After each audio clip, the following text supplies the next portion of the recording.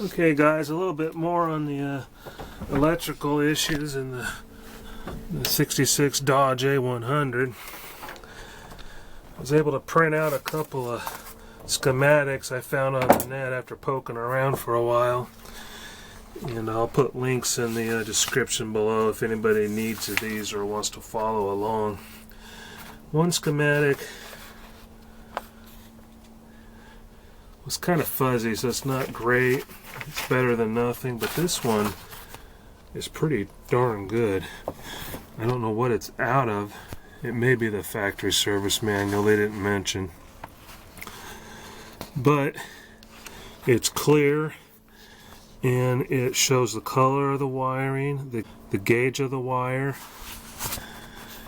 and I actually remembered this system correctly, so I owe myself a cookie.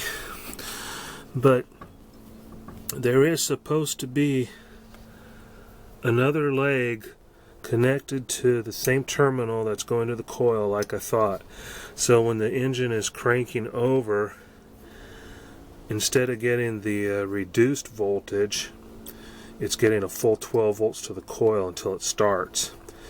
And it does involve a different leg on the starter switch. So basically the starter switch is a manual relay supplying that voltage.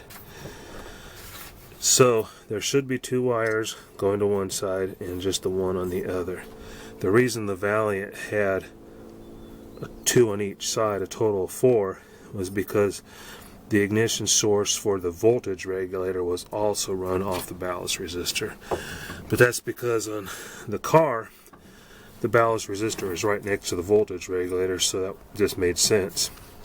In the truck here, the voltage regulator is several feet away, so they just get the trigger for that from the fuse box.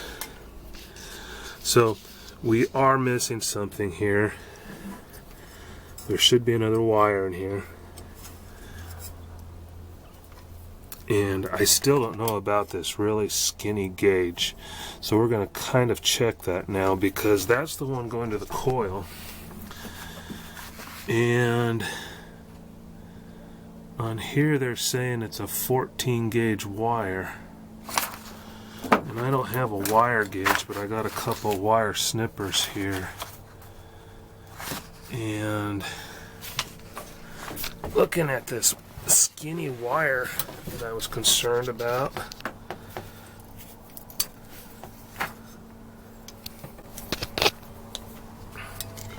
I'm not cutting it, I'm just using this as a gauge.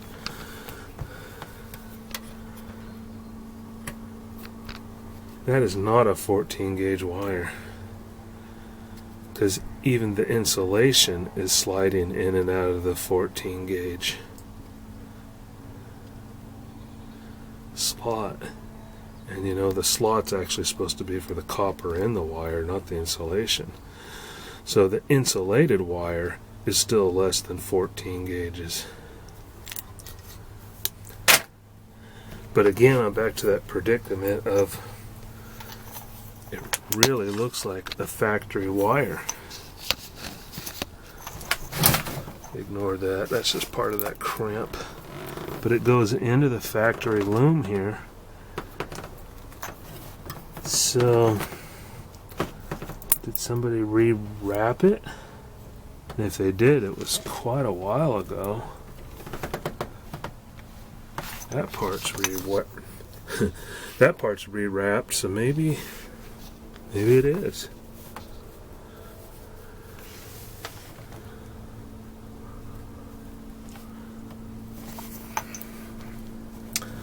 Let's look at the coil side and see if they ran that skinny wire.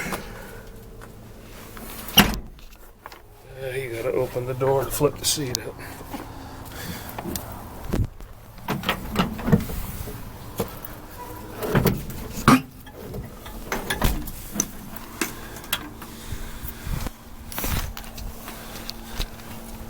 Yeah, look at that. The wire is not in good shape, but it's definitely a lot thicker gauge. It's actually broke through right there. Pretty stiff too. But it's a thicker gauge than what's on the other end. And there's not supposed to be anything between the coil wire and the ballast resistor. So somebody did splice in that skinny wire. So I need to pull that out. I also need to find out where that missing trigger wire is at.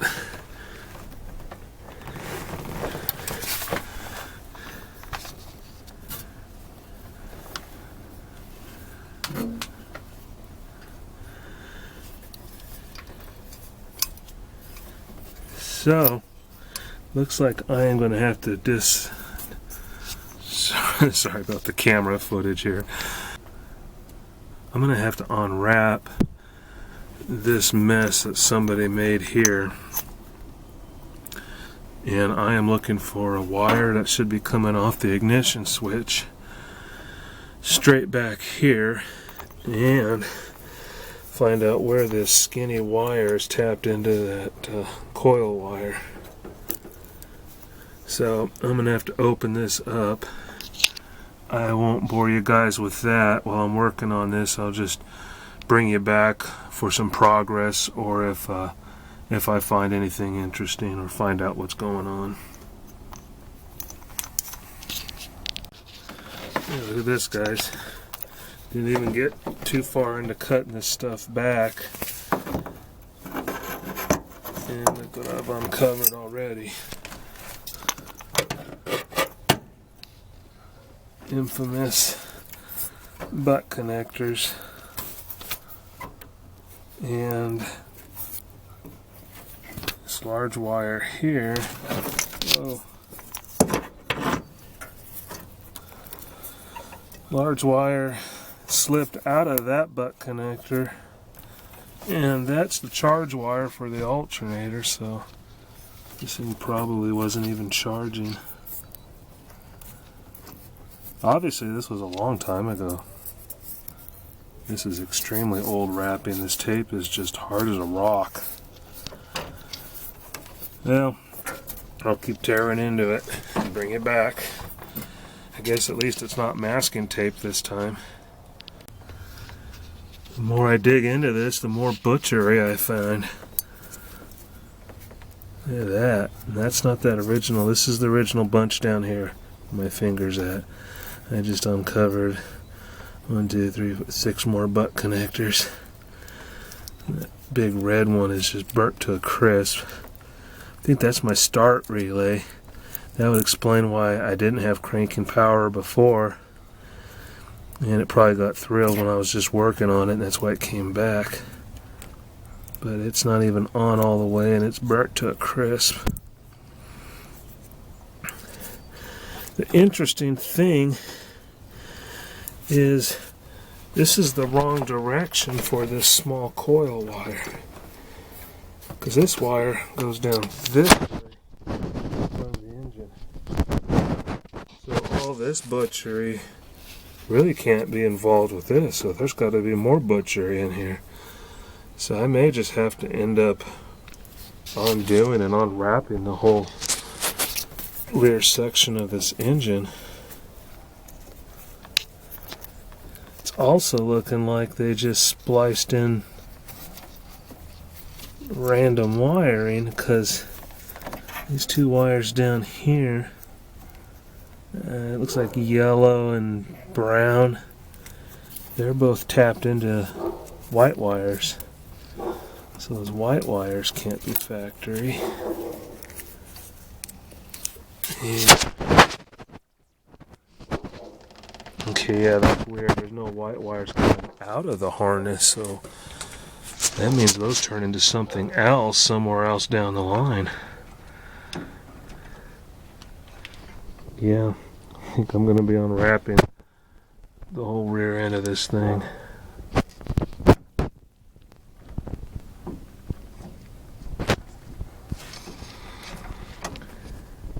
Not get too much more done tonight though. Starting to lose our daylight. Okay, I think I just found that missing trigger wire, and it explains that skinny, well, doesn't explain why they used the wrong wire, but anyway, where it connects. So inside the harness, that skinny ballast wire went into a butt connector for a wire that went to the coil and from the trigger. So that means they actually had it wired properly. They just did an absolute miserable job of it. But instead of joining at the ballast resistor, they just joined it down here. So there's the trigger, there's the lead to the coil, there's the ballast resistor. So I may not have to open this all up, but this mess definitely explains all the intermittent garbage. I'll definitely want to replace this with the proper size wire. These two white wires that aren't factory, I think that can only be two things at this point, because the only thing down here not accounted for is the oil pressure sending unit and the temperature wire. So somewhere in here there's probably a couple more butt connectors where those white wires turn into the actual sensor wires.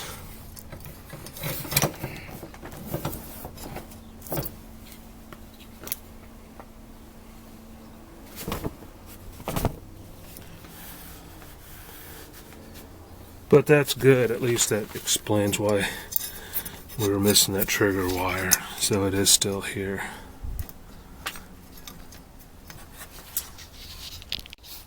This is that coil wire. Listen.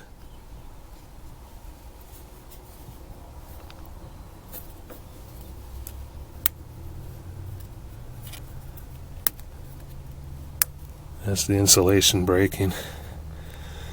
So I'm going to rewire this side of the engine, but that's going to be fairly simple. It's just 3 wires, coil wire, temperature sensor, and oil pressure.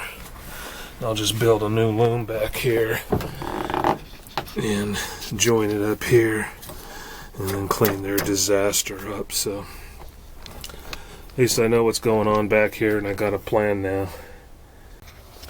Here's a quick look at that stellar ignition switch wiring. It's all masking tape there.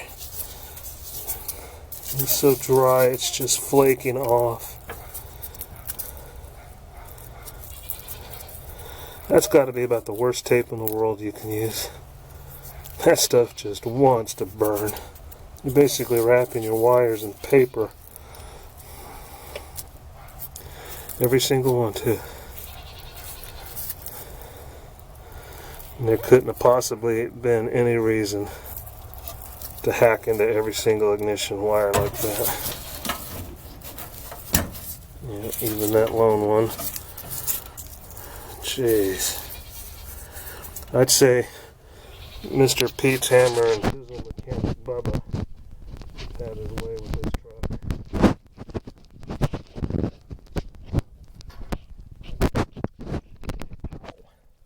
That hurt. Oh yeah, look at that.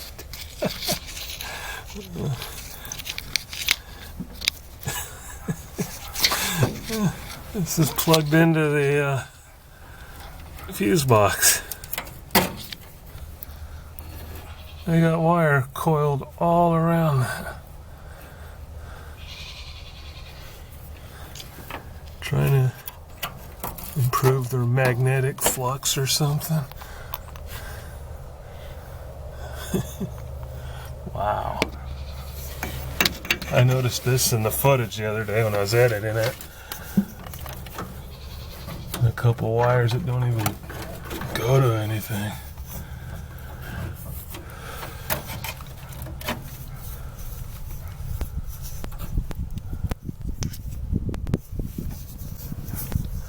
Wow. Well, I think I'm done for today. when I pick back up, I'll have a lot of this done, because this was basically a diagnosis run, and we've figured out why there are so many electrical problems in this van and what they've done. Turn the air conditioning off. Okay, but we got a game plan now. It's a windshield wash bottle. Yeah, it is. Oh yeah, it's got the manual plunger on it.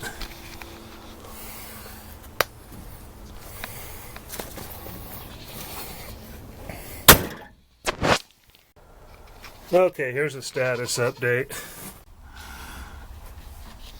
Okay, I built a new wiring harness for the engine up until that big junction in the back.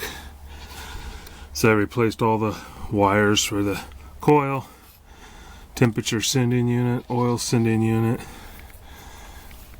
I think I have a used temperature sending unit in stock. I just have to pull that one out, make sure it's the same thing, because for some reason I thought the sensor part was a little longer, but it may be the same thing. Because this one here, the whole center stud spins, and they had jammed the wire between the original nut and put a wing nut on top. So considering that spins, it probably means it's disconnected itself from whatever it uses for a thermal sensor. So I will install that. Got the coil hooked up. I did make a mistake on the oil sending unit. I put one of these round plugs on it, and it's actually a spade type. Kind of slips on there. So I'm going to have to replace that. And then over here at the ballast resistor, I have the proper 2-wire connector to go to the one leg of the ballast resistor. But I'm going to move the ballast resistor because I was noticing while working back here just how close it is to the exhaust manifold. And these things can get buggy when they get hot anyway. They get heat soaked and you start getting more resistance and your coil loses even more voltage, and it makes the thing run poorly or just outright stall. So I'm going to move that over to the other side, but that's fine. I got plenty of wire for that. So I got the new harness soldered in, heat shrinked in there. So now I have to start working on all the other butt connected mess that's down here. And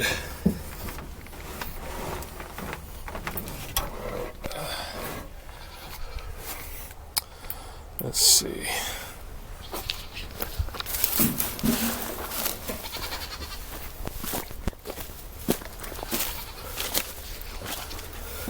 On this ignition switch, I pulled off all the masking tape, and these wires weren't cut, but the insulation had been peeled back on every single wire, and so they were just covering that back up. Guess somebody's watching too much television where you hot wire a car just by cutting the wires and touching them together and it starts and runs. So I've coated them with liquid electrical tape, and after it dries I'll seal it up with regular black tape. With the exception of this red wire, it's crispy, so I'm going to cut it back and replace that section of it.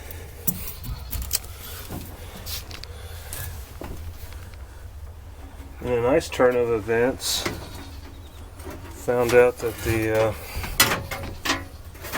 temperature gauge still works. If I can get my ground wire out here. So we hook up this is the wire for the temperature sending unit. Now we have it grounded. And we will turn the ignition on. it goes. Turn it off real quick. So that's good. Alright, anyway, just wanted to give you a progress report on that. I'm going to get to work on the rest of that mess. I'll bring you back when I got more progress. Okay guys, it's the next day. Getting ready to spend some more time on this. This thing's worse than I realize. The more I get into it, the more problems I'm finding. Got just Mickey Mouse terminals not crimped properly. I got this battery. Actually, this isn't even the right wire. It's supposed to be another wire like this. But I guess I had one of these handy. They made it fit, but the end of it is breaking off. And ow. I did get the ballast resistor moved. And I probably should replace, yeah, probably need to replace that terminal too.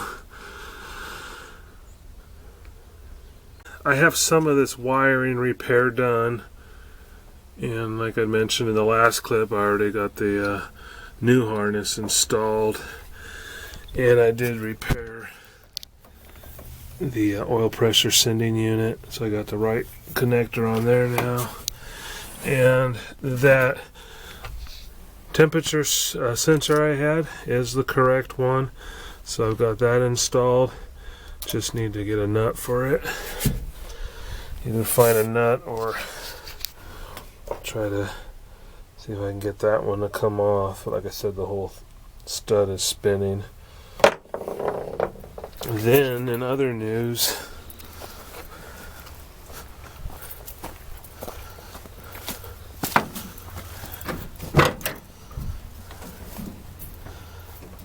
the dashboard kind of disassembled. And it's kind of cool how simple it is to open this up. That sits in there like that. There's only 4 screws. 1, 2, 3, and 4. And there's that glass plate. Be careful that doesn't fall out on you when you remove the bezel. So the bezel just sits over it. Pull those 4 screws out. The glass will slide down. Move that out of the way. And then you can just lower this down, and you got real good access to the back of the instrument cluster, the back of the fuse box. Wiper controls, the headlight switch. This just gives you good access to almost everything.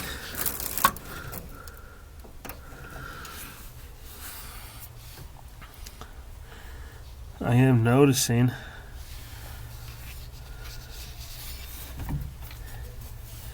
do you spy what's not there? There's no speedometer cable. Speedometer stuck too. I don't see it back there at all. I'll have to keep my eyes open the next time I'm underneath, because if it was missing, you'd think I would have noticed it. Wait a minute. No, that's just a hose. It's for the windshield washer. Yeah, I think I would have noticed it on the transmission end.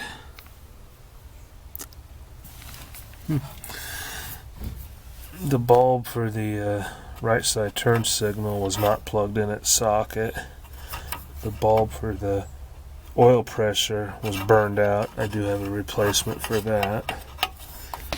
So maybe we can get a few more things up here to come into life. It actually doesn't look bad, and the only hackery I see up top here is there is a splice on this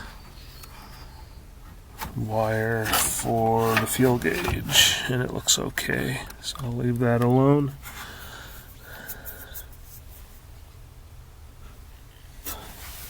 Okay, I'm gonna get back there and get back to work. I'll bring it back in a little while. So this type of connector here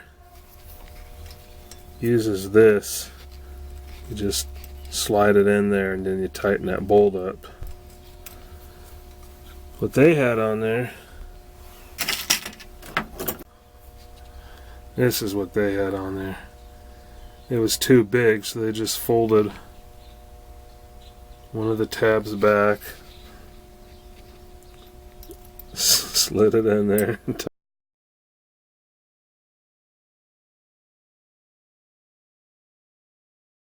tightened it up. Then up here, where they had that very small bolt, this tiny bolt, they just had a washer behind the nut, and this wire was just sitting behind the washer, pinched in that way. So, yeah, beautiful wiring. Okay, I think I got it all buttoned up. Everything's cleaned up, tight, rewrapped, put away. So I'm going to give it a shot and see if we can start it from the ignition switch. I'll hook the fuel pump up. I have the battery on the charger while I was working on this to top it off. So I'll rejoin you up front.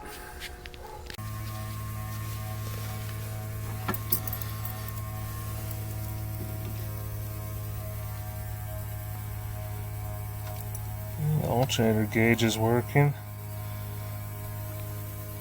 Oil light is trying to come on.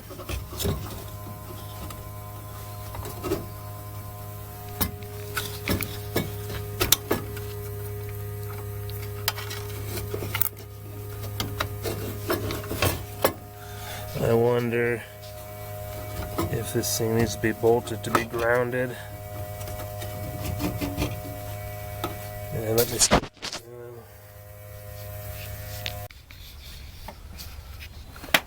Float stuck open, so I got kind of a mess. I'm gonna let this sit for a little bit to dry up.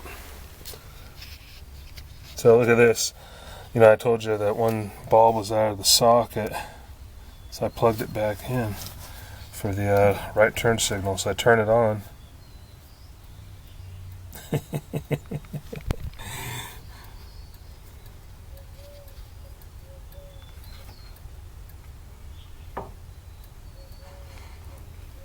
So that wasn't just me, because they weren't both out of their sockets. The oil one was in its socket. It was just burned out. So somebody got these backwards at one point.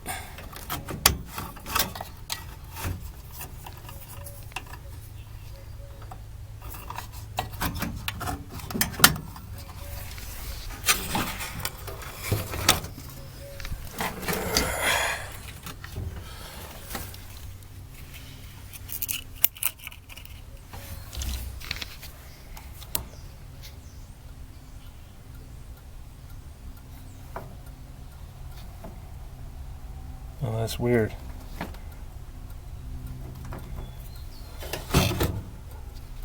Yeah, I'm not getting a good ground.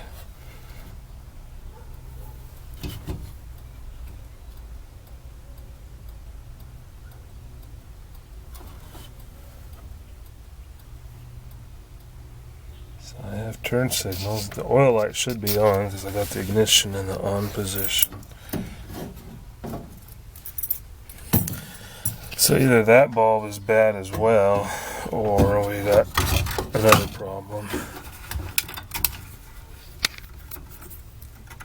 Yeah, I'll bring it right back. Well, I was trying to switch the bulb out, but it's in cockeyed. You can see one of the bayonet pegs down on this side and the other one's in where it's supposed to be. So I'm going to have to do some surgery on this socket. Plus this wire keeps falling out. Excuse me.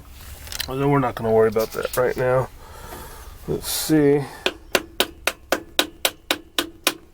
if we're going to start from up here.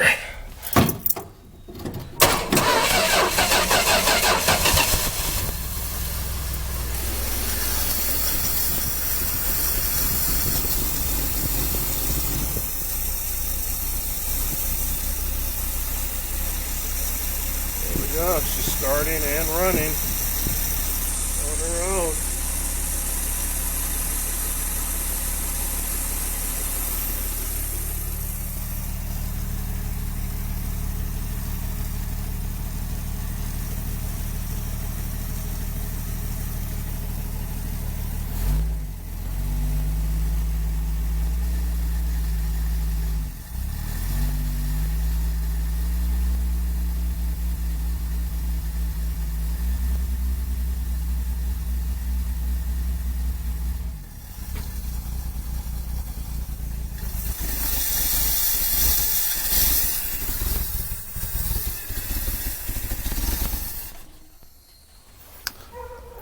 Yeah, so I got more carburetor problems. I hooked the field back up, obviously, and it just lost some more. But the electrical's looking good. It did start and run on its own.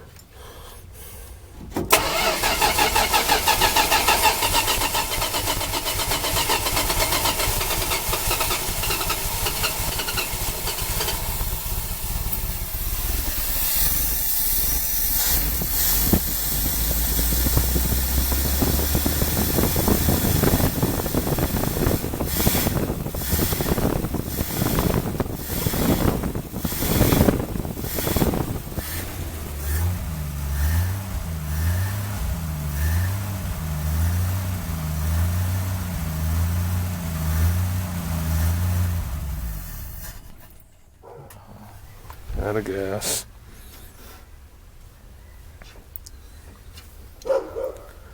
It's funny, I think that accelerator plunger may have softened itself back up. I was actually able to rev it. And we had a really good charge. So the charging system's working.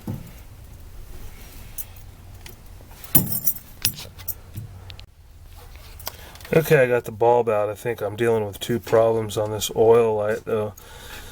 I do think the bulb was burnt. But also this ground spade will not stay in this socket. I think there's supposed to be more to it. It looks like something broke off. So I'm going to have to replace this socket. Because if I hook up my test light to it,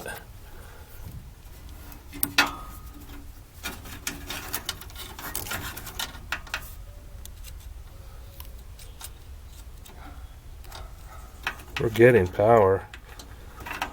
So I'll put some fuel in the carburetor real quick. We'll start it up and that light should go out. I think the oil system's working fine.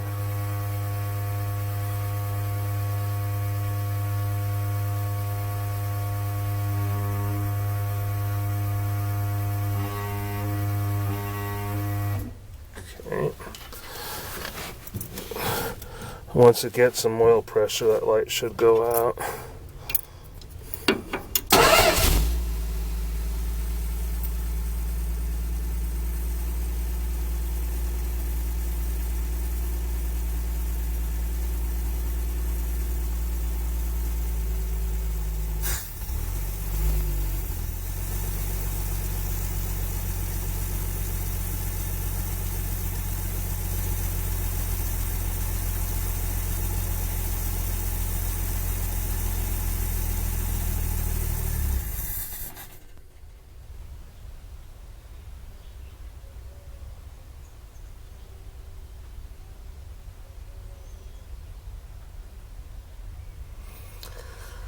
It should be coming back on.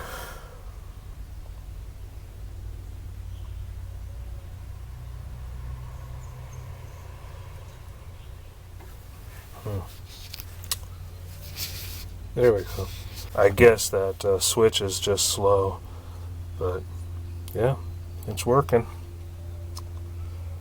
So I just need to look around in my piles of stuff and see if I can find a socket like this, because I believe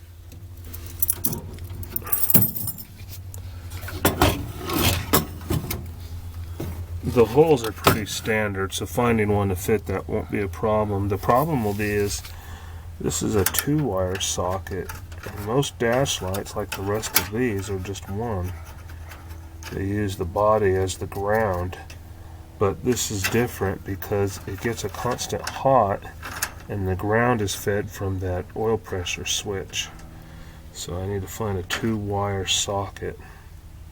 If I can't find that, I'll have to try to find a way to repair the ground spade here inside this existing socket. But made a lot of good progress, and I'm going to call it a day. I got a lot of tools to put away. Been working on this a lot the past couple of days.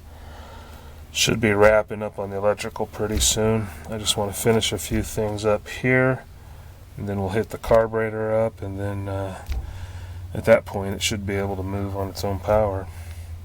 Thanks for watching, and I'll see you next time. Thank you.